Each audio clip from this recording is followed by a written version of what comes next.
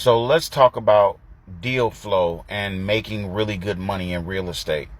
So if you're a real estate investor and you're not where you want to be, and when I say that, I mean that you're not making the amount of money that you would like to, whether you're renting properties, whether you're fixing and flipping properties, a lot of times your issue that's stopping you from the number one thing that's stopping you from making, or at least with me, the number one thing that would hold me back from making the money that I want to make is deal flow.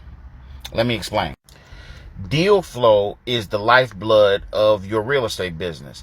If you want to buy properties under market value, you got to have deal flow to get enough deals to look at to pick the best ones.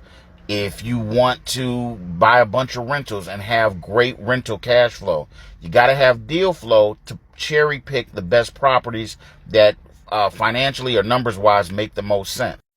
Even if you want to fix and flip, you still have to have deal flow, because then you can pick the most profitable properties that have the best chance of generating a huge number for you based on having a lot of deal flow. So I want to talk to you really quickly about how we put together deal flow and why that's so important. Most people do deal flow lazy. They go to their realtor and say, find me a deal in this area. Or they may put out a little bit of marketing sometimes and they try to get calls, and they're upset when they don't get a flood of calls. The truth of the matter is you have to do a lot to get a little. Let's say, for example, I want to make $1 million. $1 million with an average deal. Let's say the average deal is about $50,000 profit. Then I've got to put out, let's say, there's a number for that. You can literally figure out a number for that. So $1 million in profit might translate into about $80,000 or $90,000 in marketing.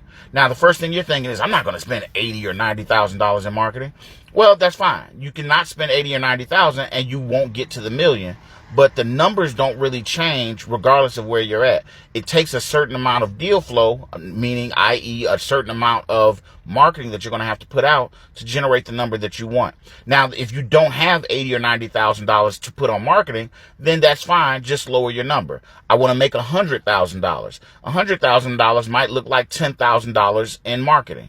Are you willing to put out $10,000 in marketing? And if you say, why are the numbers disproportionate? They're disproportionate because the lower the number, the more you're going to have to give to get that marketing. So, to get that number. At the end of the day, you got to put out money to make money, and you've got to be smart about how you do it.